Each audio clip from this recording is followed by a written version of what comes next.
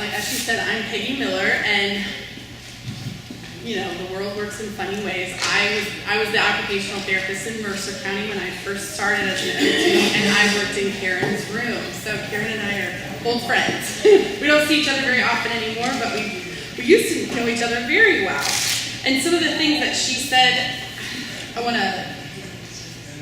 it's so nice to hear it reiterated, because I don't think you can be reminded often enough, because it is difficult sometimes to talk with somebody that has special needs that you may or may not understand.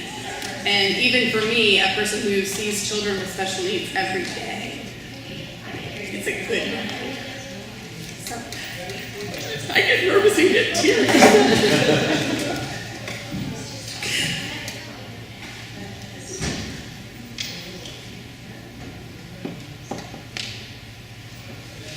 My story about being comfortable, being uncomfortable, until you're comfortable, started way back when I was in second grade. There was a student at my school. I went to school in Waukena. Grew up here on Steinwell Drive. My parents still live there. I still live here. There was a student, his name was Daniel. I do not remember what his last name was, but I'm positive now, looking forward, that he was a child with autism. And he had a very large problem with people touching him, and which at that time was not well understood. This was probably 35, 40 years ago. And what did the children in our school tend to do? Touch him. Because we like to see what he did, how he reacted. Well, he had a good relationship with a first grade teacher that I knew, and she engaged with him in a way that she allowed him to touch her, and then playfully, as long as he knew about it, she could touch him back. So that was how they engaged on recess. But one day in the hallway, I wanted to see Daniel have a fit. I don't know why I did it. I just did it. A second grader, thinking second grade thoughts.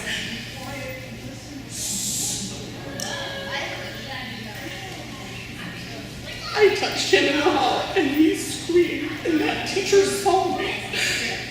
And I felt so terrible, because I had gotten caught, not because I had made Daniel upset. And I look back at that moment, and I think it felt deeply a little need to understand people with special needs. So I apologize for again being teary. So even if you do it the wrong way, it may come out the right way at some point in your life. She was little, now she's wonderful. Someday. But I still need reminders every day about how to treat people with disabilities, because I talk too fast. I talk too much. And so those are things that, everyone needs to be reminded of, even me. But as she said, I am an occupational therapist, and what I'm talking to you about today is sensory processing. How many of you are aware of sensory processing or know what it is when you hear it? Okay, I'm kind of going with the basics here.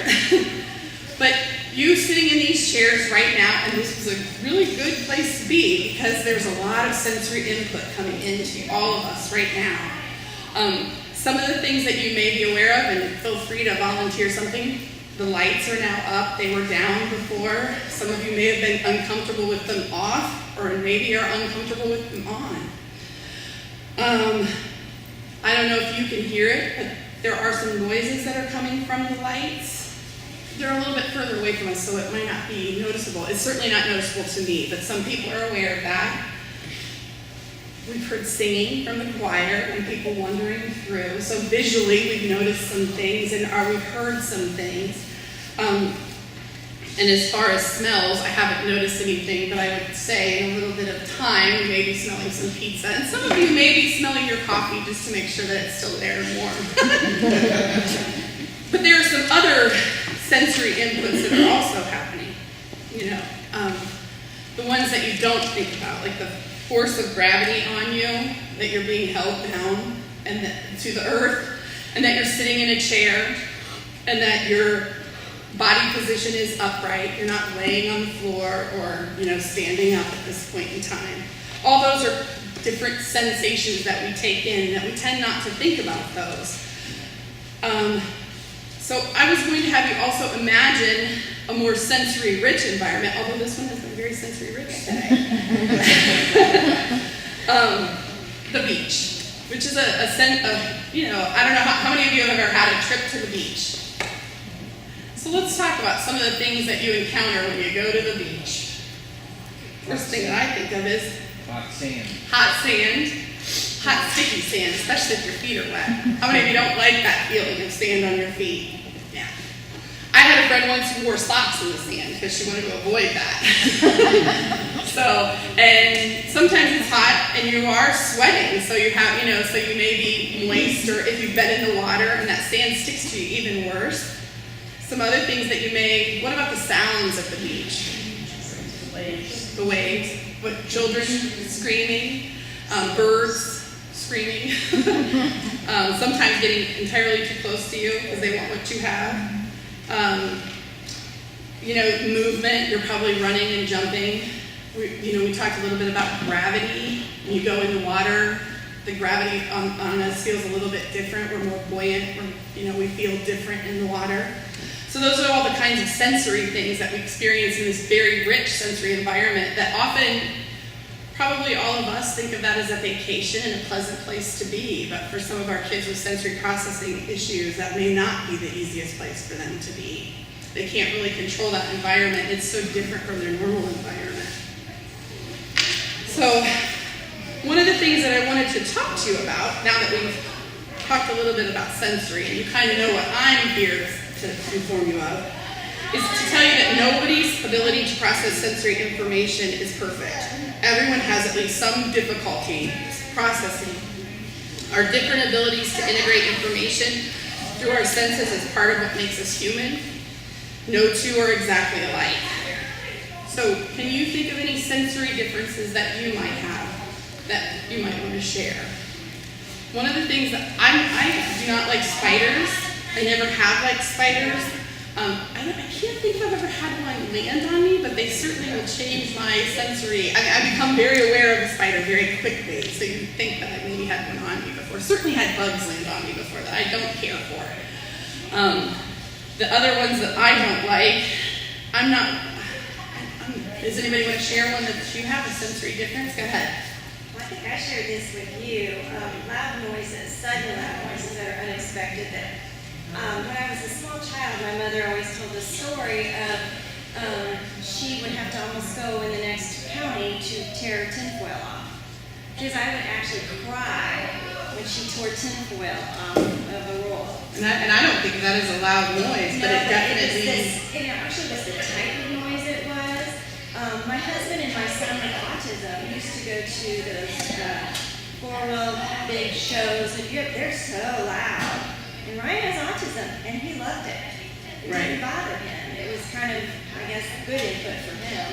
I couldn't stand that kind. I couldn't do that.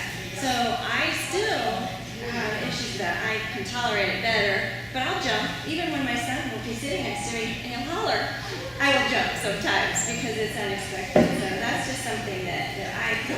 And I think it's another thing that some of you may have and don't even, because life has sort of changed. Tags in shirts, do they bother any of you guys? Seams in socks. Seams in your underwear.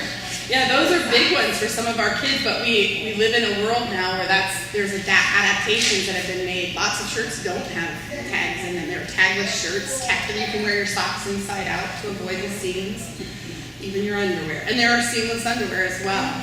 And a lot of our kids have struggles with those kinds of things. Lots of regular, typical people have trouble with those kinds of things. So that's what we're going to be talking a little bit about, that we all have sensory differences, and it's just learning to sort of appreciate the fact that we do.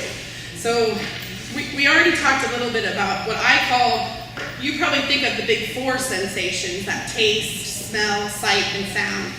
But there's 3 more that are even bigger and probably more important that you're likely not even aware that you're doing right now as people who feel sensations. One of them is tactile. Your skin is you have receptors in your skin that are located just under the skin. It's the largest of our receptors. Some places on our skin are more sensitive than others. It helps to define the body boundaries that we have, and it helps us to differentiate light pressure and pressure touch. So I told you that one of my things is bugs and spiders, and I can remember that actually when I was a little kid. But often bugs and spiders and those kinds of things are associated with light touch. They tend to make a fight or flight reaction in us, either run away, waving our hands, we try to get away from that light touch because we sense it as danger. So when one of the things that I would caution you against when you do touch somebody lightly or with a tickly touch, sometimes you will get a negative reaction, and that tends to be why. But pressure touch tends to be a little more, it's better with people, especially with all people. So a firm handshake is a good thing rather than a tickly touch, or a nice pat on the back rather than that tickly touching. The other thing that I try to recommend to anybody, especially with somebody with disabilities that you maybe don't know what their issues might be, warn them that you're touching them. Is it okay if I touch your shoulder? That always seems to help as well. So, but the tactile system has a profound influence on our ability to learn. The next one is the proprioceptive system. And these are big words. And to say that I always understand them would be a lie. So you're not going to leave here today understanding the proprioceptive and vestibular system completely, but you'll at least respect the fact that it's another system that we have that we don't all think of all the time. But the proprioceptive system is, you have receptors in your muscles, tendons, and joints that give you awareness of your body position. And information is created by contracting and stretching your muscles and bending and straightening and pulling on your joints between the bones. So info is constantly sent to the brain so it can keep track of where your body parts are and what they are doing without looking. So when you all go to stand up from this chair that you've been sitting in, your body will know that your feet are underneath you without ever having to look down and make sure that your feet are underneath you.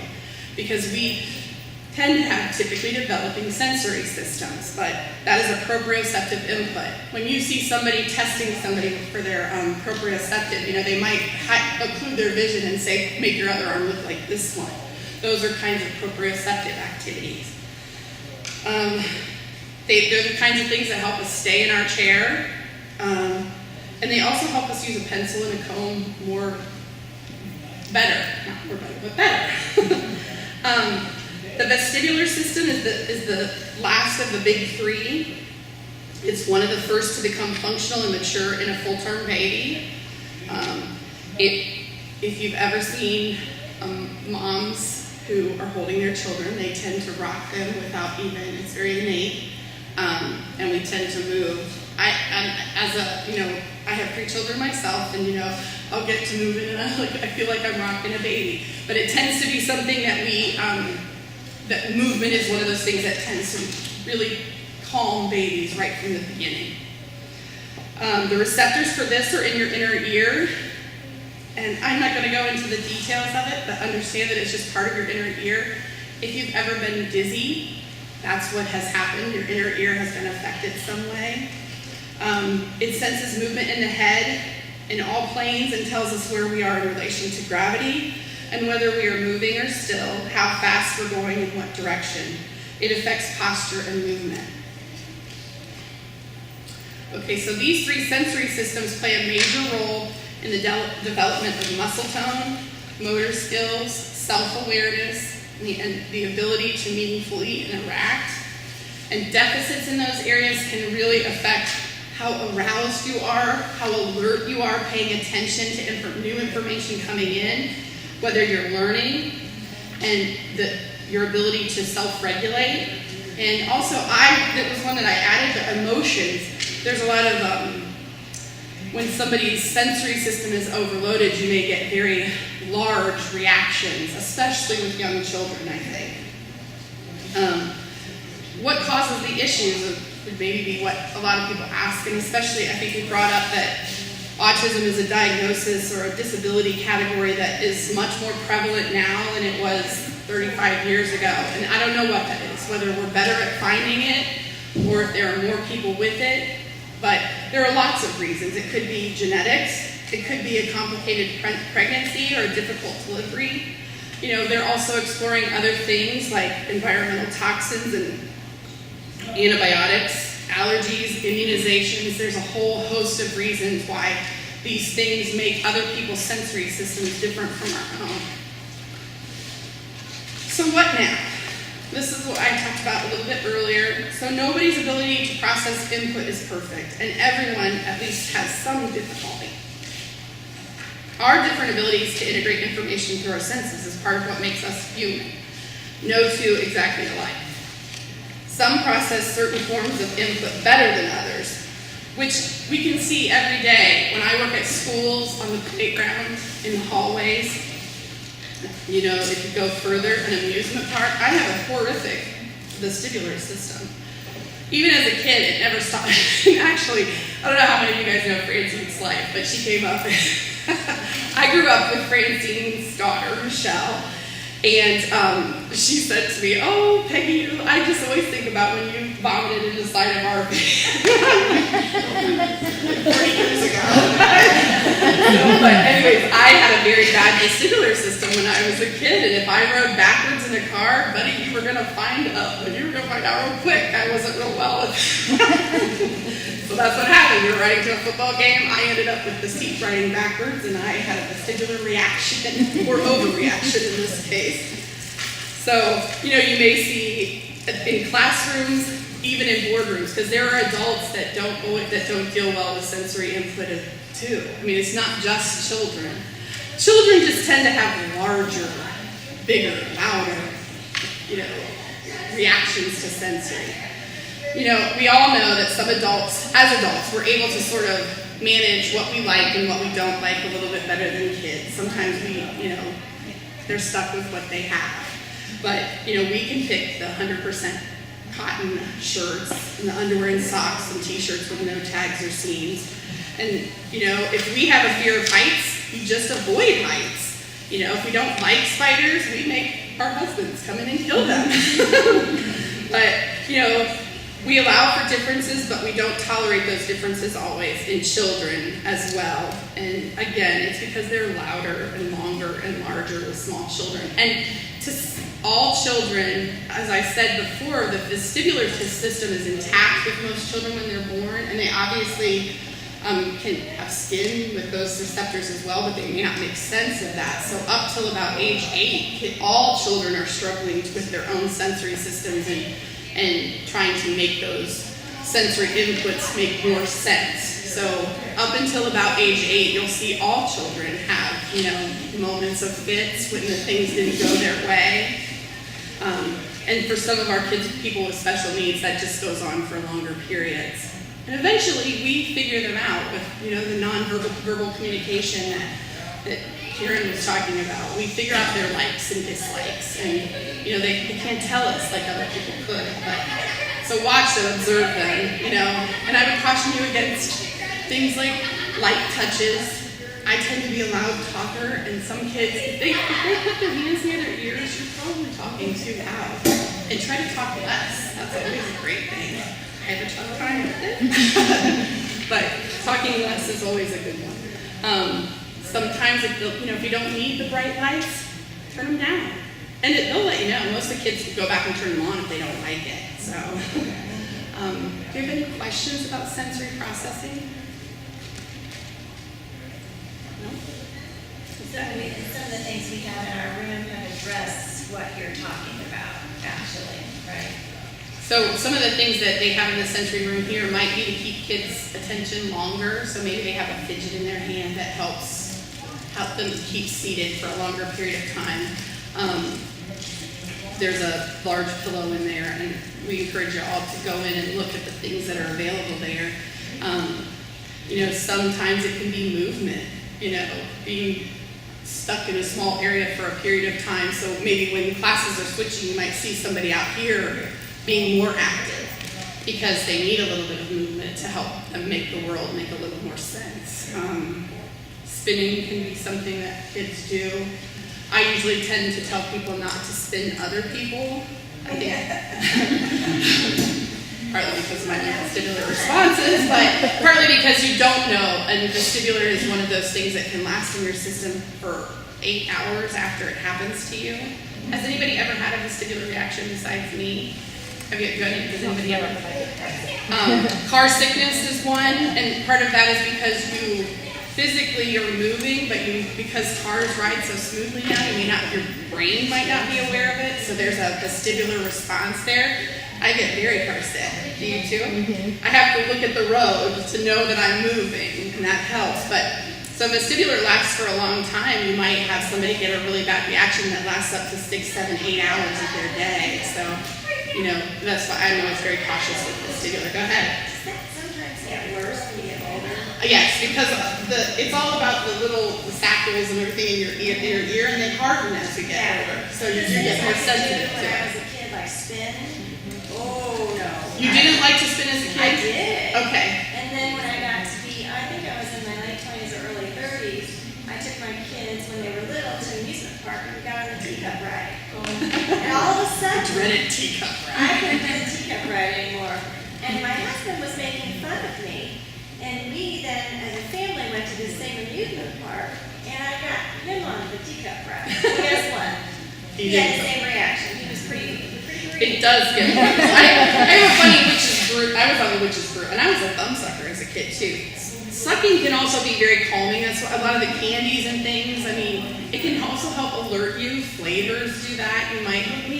We as adults, we have all kinds of sensory tools that we use to help us stay in the game, but we don't always allow those same sensory tools for kids.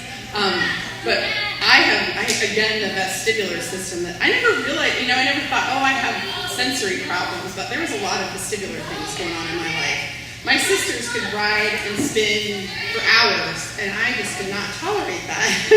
We were at Kings Island, and my sisters were like, let's ride the witch's brew. There's 4 girls in my family. And I was like, okay. So by the end of the ride, they were spinning the middle, making it go faster. I was laying down on the seat saying, please stop. Well, I got them both because I ended up vomiting. But I was like, it's like my thumb trying to calm. My mom stripped me down. I was like, I just want to go home. So poor sensory kid. But anyways, I survived childhood. Do you guys have any other questions that you can think of? Please visit the room, see some of the equipment. I think we have a few minutes before. Yeah, I was fast. I didn't fill a whole hour.